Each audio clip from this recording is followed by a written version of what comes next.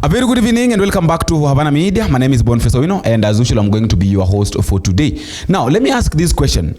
Why is it that Kimani Ichungwa normally thinks that he owns everything, that he can run everything the way he wants?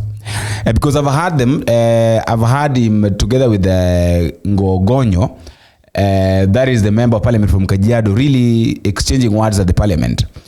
That Kimani Ichungwa wants to remove Ngogoyo from the environmental committee unprofessionally. And it happens that Ngogoyo knows what needs to be done and how it needs to be done. Everybody knows his rights.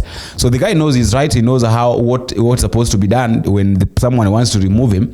That these are the steps that are supposed to be followed.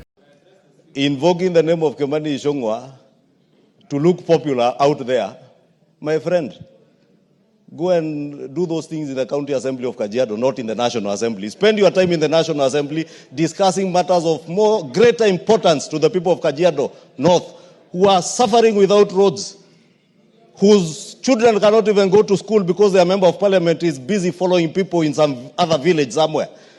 Why don't you follow members of your constituency in their own constituency addressing their issues?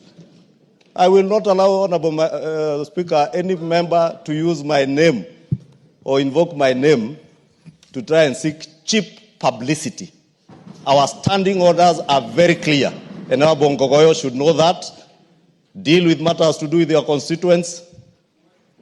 And there is also some levels of insatiable greed that we cannot be able to satisfy as a house. And therefore, Honorable Speaker, the issue raised is simple. Let the Honorable Ngogoyo convince members of this House to resolve otherwise. Otherwise, the standing order, as he read, is very well, is in very simple language that even a member of a county assembly can be able to interpret. Osoro order, Honorable Ngogoyo. You know the procedure. You remain on your seat until you are given an opportunity. That's when you stand up. You can't be so presumptuous that whenever you want to speak, you will speak. What's your point of order? Thank you, Mr. Speaker. I rise on Standing Order 216. Mr. Speaker, Standing Order 216.2 provides that a member appointed to a departmental committee at the commencement of a parliament at any other time during the term of parliament shall, unless the House resolves otherwise, serve for the term of the parliament, subject to Standing Order 217. Mr. Speaker, Standing Order 176. Standing Order 176, Mr. Speaker, provides the criteria, Mr. Speaker, of the discharge of a member from a committee. Mr. Speaker, I have been a member of the Departmental Committee on Energy, Forestry and Mining. Standing Order 176 provides that a party may discharge a member from a select committee after the member has been accorded an opportunity. Number two, it provides that the party whip of the party that nominates a member to a select committee shall give notice in writing to the Speaker with the intention of discharging that member from that select committee. And number three, most important, the Speaker shall, within 3 days of receipt of the notice, under paragraph 2, inform the member. Mr. Speaker, I am a member of the Departmental Committee on Energy or on Environment. And Mr. Speaker, if I have been removed, the standing orders provide that 176 shall apply on Standing Order 216. It is even written there. Mr. Speaker, you cannot remove a member from a committee. I am not in the list on the Committee on Environment, Forestry and Mining, which I was nominated to at the beginning of this parliament. Mr. Speaker, even if Ichungwa does not want me in this committee, you must remove me procedurally. Give me a hearing, notify the Speaker to give me a notice. Mr. Speaker, it will not be in order to continue with whatever is happening here because it is okay to remove me. It is within the procedure and rules. These standing orders, Mr. Speaker, you are one of the creators of these standing orders. I have used them for the last 12 years. I was a whip of a county assembly, so I know how to use standing orders. You cannot remove me without, I need letters written to me. Accord me a hearing. After according me a hearing, now give notice to the Speaker. The Speaker will tell me within 3 days, you cannot remove me in the morning. I have been a member of this committee and I cannot remove in the manner in which you want to remove me. However powerful you might be, Mr. Speaker, it is not correct.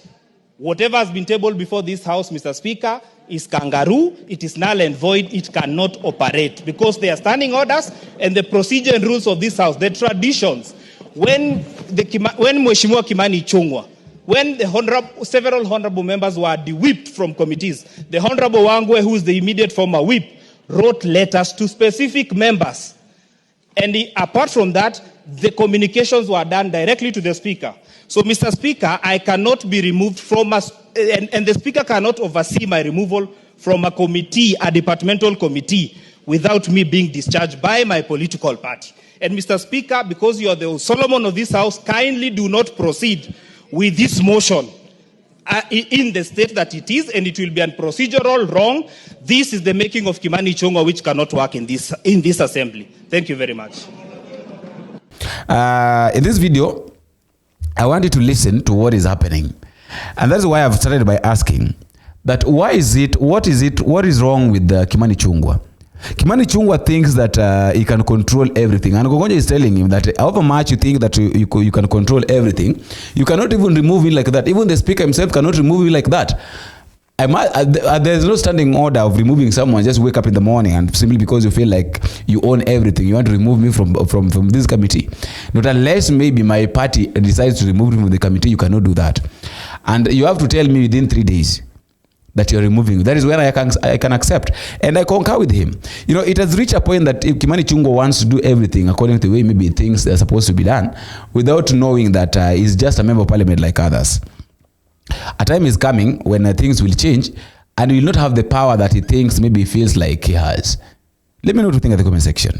Bilioni 100 na zaidi ilichukuliwa kutoka system ya SHA. Auditor General ameweza kuzungumza. Sijui sasa rais uongo gani ingine utaongezea. SHA is not working because you as a person, President William Ruto, did irregular procurement na wewe mwenyewe ulisimama ili wizara ikifanya hiyo kazi ili uwe beneficiary wewe mwenyewe. Basi kama wabunge tulikuja hapa ili kwanza tukemee namna ambayo National Cohesion and Integration Commission wanavyofanya kazi. Tumeona jana mumeweza kutoa statement yenu mkizungumzia aliyekuwa naibu wa rais ama naibu wa rais wa pili wa Jamhuri ya Kenya. Lakini kinachotushtua, hamuwezi kuongea wakati Mheshimiwa Dan Wanyama anazungumzia jamii moja. Hamuwezi kuzungumza na kumwandikia statement ama kumuuliza wakati Mheshimiwa Kaluma anasema jamii yao itabadilishwa na jamii nyingine. Iko watu wengi wanazungumzia mambo ya jamii zao hamuoni. Lakini wakati Mheshimiwa Rigathi Gachagua anazungumza kuhusu watu ambao wamefinyiliwa na serikali, watu ambao Mheshimiwa Rais anapanga kuwatoa kwa nafasi zao za kikatiba kama vile Martha Koome Chief Justice, hapo mnazungumza. NCIC ni mpaka mtoe orodha yenu na mseme vile ambavyo nyinyi hufanya kazi.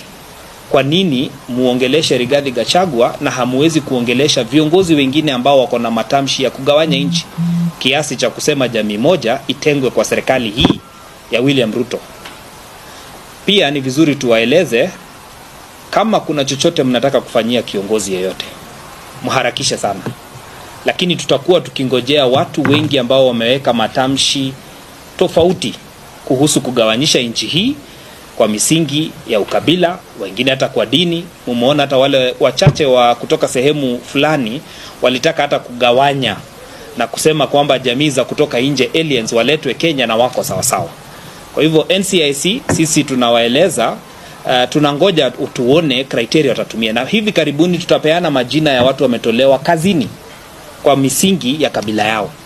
Kwa wiki zingine 2 tutatoa hayo majina ndio watueleze, na tutawaandikia barua rasmi watueleze kwa nini hawazungumzi wakati watu wanalengwa kwa sababu ya misingi ya ukabila. Nikimalizia, leo ni dhahiri shahiri Mheshimiwa Rais na serikali yake na Wizara ya Afya wamekiuka katiba, wamehujumu idara ya afya na walifanya kutenda ambaye ilikuwa ina ukora ndani yake, haikuwa sawa sawa. Pia imeonekana bilioni 100 na zaidi ilichukuliwa kutoka system ya SHA. Auditor General ameweza kuzungumza. Sijui sasa rais uongo gani ingine utaongezea. SHA is not working because you as a person, President William Ruto, did irregular procurement, na wewe mwenyewe ulisimama wizara ikifanya hiyo kazi ili uwe beneficiary wewe mwenyewe. Sasa we are very surprised that today President will have anything to tell me. He's saying SHA will work, SHA will work. SHA is not working because President William Ruto oversaw irregular procurement from the Auditor General, as she has confirmed this morning. And number two, the over 100 billion cannot be accounted for and was not part of the monies that have gone to treatment, and that money was swindled through a specific bank well known in Kenya.